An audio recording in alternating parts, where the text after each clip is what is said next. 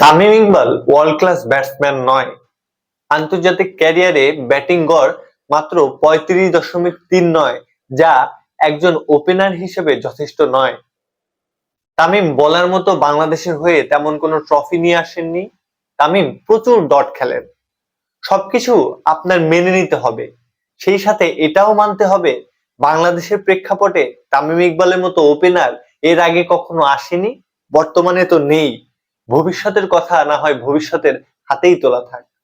লিটন, সৌম্য কিংবা তানজিদ তামিমরা কিছুটা promise দেখালেও rely করার মতো কেবল একজনই ছিলেন, তিনি তামিম ইকবাল খান।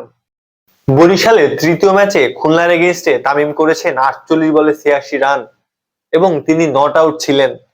11-4 এবং 3-6 সাহায্যে প্রায় 180 স্ট্রাইক রেটে ব্যাট করেছেন তিনি। তামিমের এই ইনিংসের সবচেয়ে বড় ব্যাপারটি ছিল পারফেকশন।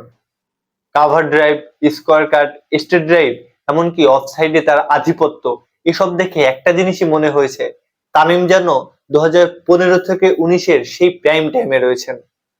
বিপিএল এর এবারের আসরে তামিম প্রথম ম্যাচে রান পাননি, দ্বিতীয় ম্যাচে ভালো শুরু করেও ইনিংসটা বড় করতে পারেননি। তবে তৃতীয় ম্যাচে তামিম তার ক্লাসটা আরো একবার দেখালেন। হয়তো বিশ্ব সেরা ব্যাটসম্যান নন, তবে দেশ সেরা ব্যাটসম্যান কিন্তু তামিমই, অন্তত পরিসংখ্যান সে কথাই বলে। গত আসরে বরিশালকে চ্যাম্পিয়ন করেছেন, নিজে হয়েছিলেন প্লেয়ার অব দ্য টুর্নামেন্ট। এবারের আসরেও কি তামিম গেল আসরের পুনরাবৃত্তি করতে পারবেন? জানাবেন আপনার মতামত।